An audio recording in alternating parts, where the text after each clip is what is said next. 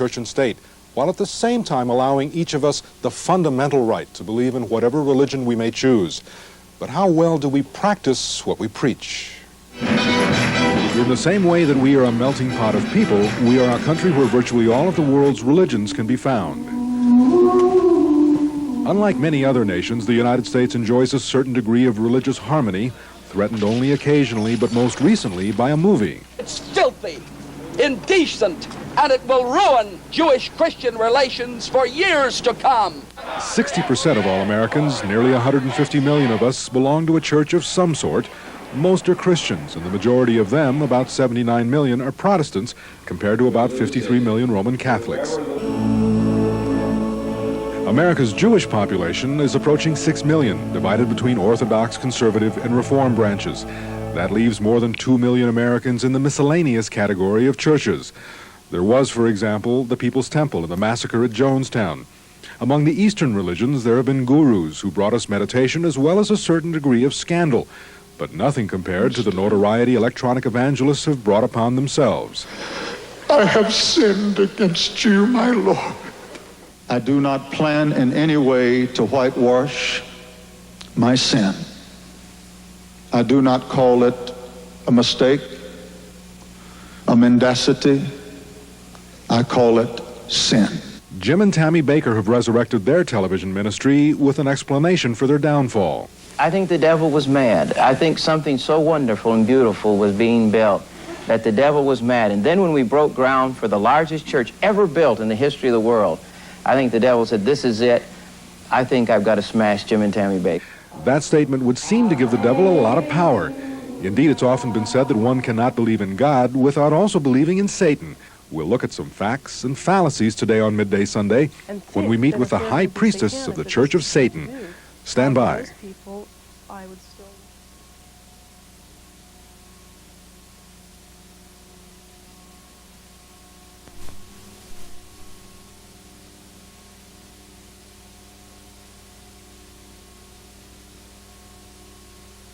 This is Midday Sunday, and our guest is Zeena LaVey, High Priestess of the Church of Satan and daughter of its founder, Anton LaVey.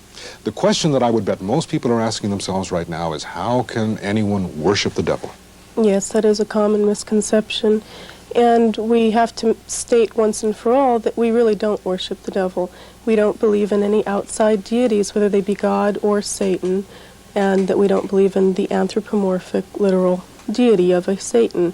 We feel that Satan represents a certain kind of energy force. If you were to take radioactivity or electricity and give them the name Satan, maybe that makes it a little more easy to understand. Electricity, for example, was considered a very satanic thing when it was first discovered and utilized. And ironically, Benjamin Franklin, who was a member of the Hellfire Club and considered himself a Satanist, was one of the people who began that journey into exploring electricity, and we feel that we are conductors of that force that we call Satan. You then would also recognize a force that would be something like what Christians or Jews would refer to as God? Well, we feel we are our own gods. We feel that whatever God or devil we want to believe in comes from within us, in the same way that we feel that whatever heaven or hell there is, it's here right now on earth, and it's what we make of it. We don't believe that when you die you go to heaven or hell. We just believe that when you die you're dead, and it's a very self-indulgent, for the here and now type of philosophy. But we also believe in magic, which is the use of this force that we call Satan, as I was saying, and the manipulation of that. People tend to equate anything referring to Satan, the devil, anything like that, with evil. Right, yeah. Well, throughout history, there have always been things like vampires, werewolves, witches. These are all names of different things that have been considered evil, and if you examine these various things, they're people who simply did not conform to whatever the mainstream was. And we are the living examples of what we are what has descended from people who were called werewolves, vampires, witches. And we are Satanists, and we do represent the very things that the average mind would consider dangerous or would consider evil or frightening, simply because we question everything. We don't settle for answers that are just thrown at us as the Judeo-Christian philosophy would have you want to do. You talk about living for the here and now? Talk to us about that. What does that involve? Basically, I mean, we feel that everything that comes to us in our life is based on something that we do to gain that. We can't pray to any outside deity for anything good or bad to happen. If we want something to happen in our favor, we have to take the necessary steps to do it. We can't rely on anyone else. In the same way that we don't believe in redemption, we don't believe that people can be saved, we don't believe people can be converted. And we also believe that we are born this way. A Satanist is born. They aren't converted, they aren't made, they're just born that way. In the same way that we would feel criminals are born criminals, that you can't reform someone. That, I mean, in a satanic society, there would be no, rehabilitation programs, because we simply don't believe in that. And it would be, we would have a much stricter type of law and order system. So many people, though, especially here in the United States, in Christianity, they rely on religion to bring them a sense of comfort, that there is something beyond this realm. Right. That doesn't exist in Satan. Well, we find comfort in ourselves.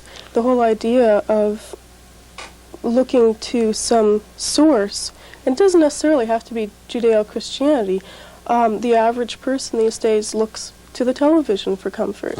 And we liken the television to the new God or Christ or whatever you want to call it. And we would say that the media now is that comfort source for what might be the more ignorant of our society. And what Satanists are experiencing now is the result of that ignorance and what that God has created for those ignorant people. Now, we are somewhat at war or at battle with ignorance. And I won't call it Judeo-Christianity, because that's not only what it's confined to. There are a lot of atheists that are equally as dangerous as far as we're concerned. And what we're finding is that we are the last scapegoat, we're the last minority, we're the last religion that always requires somebody else to define what we are. If you interviewed a Buddhist, you wouldn't have someone from law enforcement there to say, well, now Buddhism isn't really, I don't know, we've been checking into Buddhism. But with a Satanist, we have to have experts, law enforcement, animal control, child abuse centers. We're the only religion now where it's required that somebody else defines what we are, and that our word isn't good enough to just define what we are. And we're also the last scapegoat. We're the only thing that the media, whether it's television, papers, books, can toss our name around, which is Satanist or Satanism, indiscriminately, with no regard for whose lives it affects. And the fact is that many Satanists' lives and their families have been completely destroyed or upheaved, and it's because of this ignorance that is being perpetrated. We have got so much territory to cover. Right. We have to take a break. We'll be right back.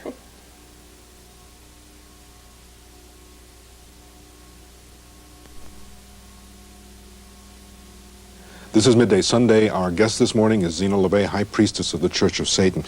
We were talking about the church being one of the last scapegoats, and we should note that Pat Matoyer, detective with Los Angeles Police Department's Criminal Conspiracy Unit, who is the department's expert on cults and religions, has consistently said that the department does not investigate crimes on the basis of religion. That's right. He says that if there's a murder, they investigate it as only a murder, not a Christian murder, not a Jewish murder, not a satanic murder. If there's a car robbery, they investigate it in that way also. Yet, for the most part throughout this country, you're accused of murders, Satanists are accused of murders and animal sacrifices. Right. Set us straight. Well, obviously, I mean, without a doubt, we have nothing to do with that.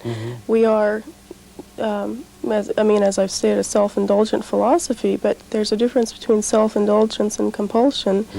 And also, as far as animals go, animals are an important part of our lives. They are our familiars. If you look at Satanism throughout history, we have always been in league with animals, a part of animals. We are animals ourselves. We feel that we are more linked to the animals that walk on all fours than the average person is. And that also means that we are much more instinctual, and we go by intuition a lot more. You talk about being self-indulgent.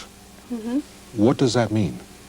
Well, to give you an example, everyone thinks we, would support heavy metal music just because that must be satanic. But on the contrary, we feel that it's destructive and that it's not pleasing aesthetically. It's just not right. So, to give you an example of what we would consider self-indulgent, most Satanists, I can say, listen to classical music, would listen to Wagner or Liszt or Beethoven, something that would be pleasing and pleasurable rather than accosting your senses. And we also feel that a lot of the lyrics in heavy metal music is not at all satanic, and if you really listen to them, they're more in fear of Satan than satanic or pro-Satan, and they're also very self-destructive. Again, we feel that taking drugs is just a form of self-destruction, and we feel that our lives and being alive is the greatest indulgence. Therefore, we would never put our lives in jeopardy because we want to maintain our lives as much as possible. Death is the great abstinence, and we feel that anything that would speed up the death process is, in fact, a more Judeo-Christian idea than satanic, because we are, we are for the here and now, and for our living spirit. We want that to, be on this earth as long as possible. One of the criticisms involves sex. Right. Sex, we feel, is completely up to the individual. Everyone has sex, or maybe, no, I shouldn't say everyone has sex, but some people don't. But we feel that that's completely up to the individual. Whatever fetishes a person has, if they're carried out in a healthy and controlled way, then that's within our guidelines. But what we do not encourage is for people to suppress whatever fetishes they may have, because we feel that bottles them up and they become destructive to people that they actually care about or people they work with or whatever. But that doesn't mean, then someone might say, oh, well, then you must encourage pedophilia, which is one of the issue has been raised. Right, of course, and that's one of the most ridiculous things, along with animal sacrifice, that's been hurled towards us. And, in the book that we all live by, which is the Satanic Bible, it clearly states that children and animals we hold in the highest regard. These are sacred things to us, much the same way that Jehovah, or whatever God you want to call it, is sacred to those people. Now, to defile what we consider to be sacred, these other people have to understand would be the same as being blasphemous to what they consider sacred.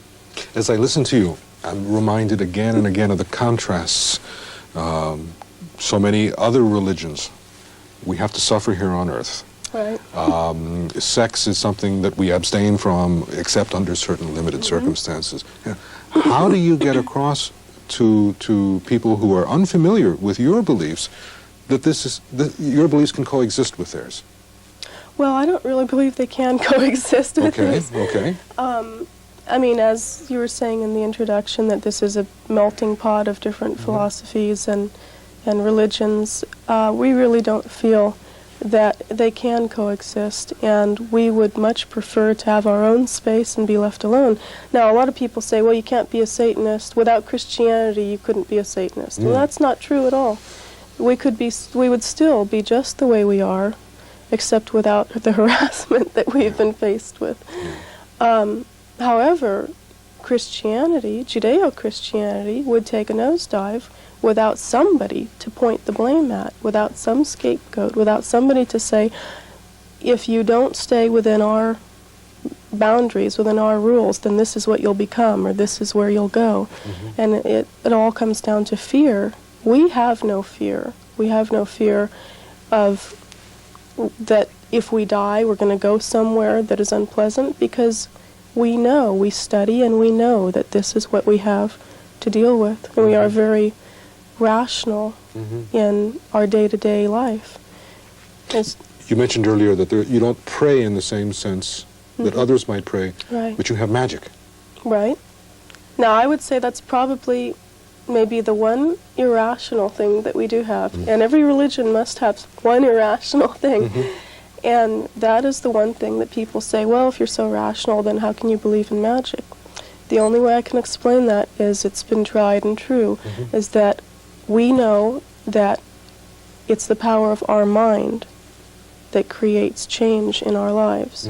We know that if you focus your attention on any certain thing and you believe completely that you will have that, we know you will, but it has to be a blind and true understanding that you will have this, whatever the this is that you want, in the same way that people would blindly look to an outside deity. We know that it's our minds that are controlling the change in our lives, and that is what's considered satanic by all the other religions, is because we are taking control of our own bodies. We are doing whatever we want, and knowing full well that it's us that's causing the change in our lives and not someone else. We'll be right back. We'll talk about some more magic.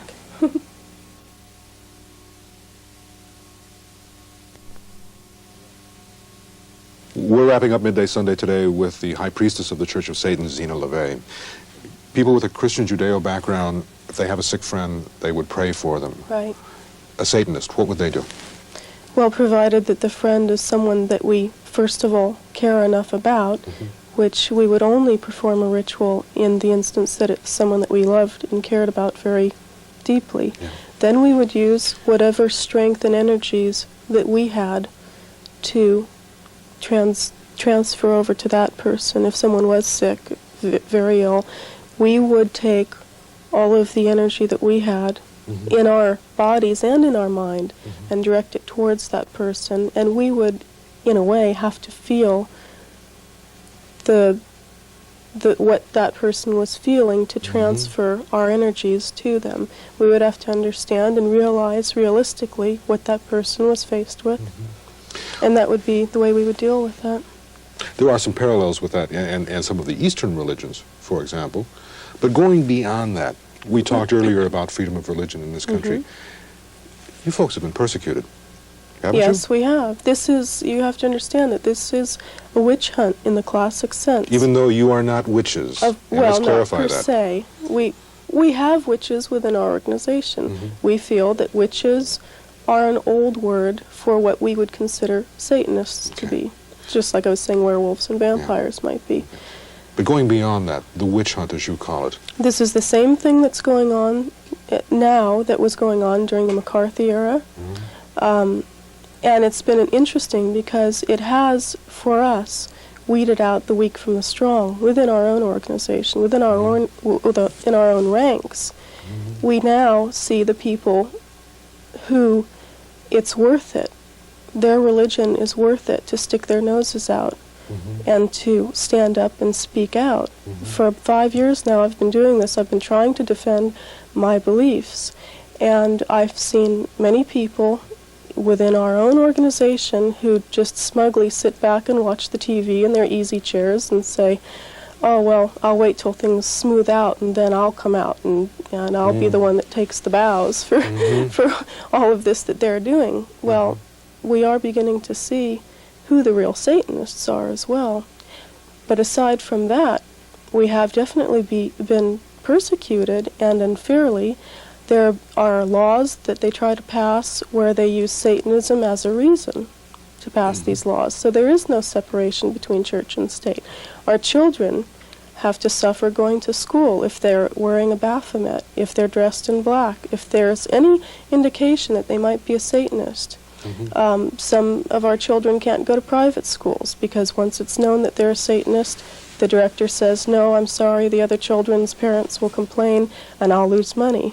What do you say to a child who comes home from school, perhaps crying, saying, Mommy, I don't want to be a Satanist, or they're making fun of me. Well, or... that hasn't happened so much that they would say, I don't want to be a Satanist. They come home crying and they say, why are people so stupid?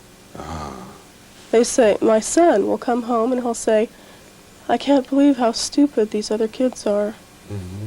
And it makes him want to be more of a separatist than want to get along with the people that he knows that he can't explain anything to. And it stems from their parents. We have seen in this country some commingling of church and state, at least philosophically. Right. So let's try some questions. Abortion. Where do Satanists stand on abortion? Abortion is a very touchy subject because we really, well, I personally believe that it's a very difficult subject to address. We would ordinarily feel that that's up to the individual. However, if abortion is used as an out, as a means of birth control, then we don't feel that that's healthy or right. I had my son when I was 14 years old. I chose to not have an abortion. My parents supported me at age 14, which I can say the majority of the country would not support their children if they were 13 or 14 got pregnant. The death penalty. The death penalty, we would be in favor of the death penalty because we feel that if society really knew what would happen to them if they did screw up, then there would be a lot more, at least mental enforcement to not do that. I mean, in Saudi Arabia, if you're a thief, you have your hands chopped off. We feel that the punishment should fit the crime. We have about 1 minute left. What final thoughts would you like to leave with people who are watching us this morning and shaking their heads? Well, the final thought I would like to leave is that we are not going to be their scapegoats anymore, that we are the last minority, but we are not going away. The Church of Satan is approaching its 25th anniversary. We're having a public event, the first public ritual since probably 72, to celebrate the year 25 of the Satanic Age. We're not going away. We're here. You might not see us. You might not know that your coworker is a Satanist, but we are not going away, and we are not going to put up with the accusations that have been hurled towards us. But are you an enemy? We are only an enemy mentally. It's all in their minds. If they want to see us as an enemy, then we are that enemy. We are against ignorance. We feel that you have to educate yourself no matter what the situation is. And people who refuse to educate themselves, people who refuse to find out what something is about that they're frightened of, find comfort in being ignorant. Thank you for educating us this morning. Zeena LeVay, High Priestess, thank you. Church of Satan. That's our program for this Sunday morning for all of us here at KJTV, Channel 11, Fox Television. For us here, we're going to talk about a very serious subject.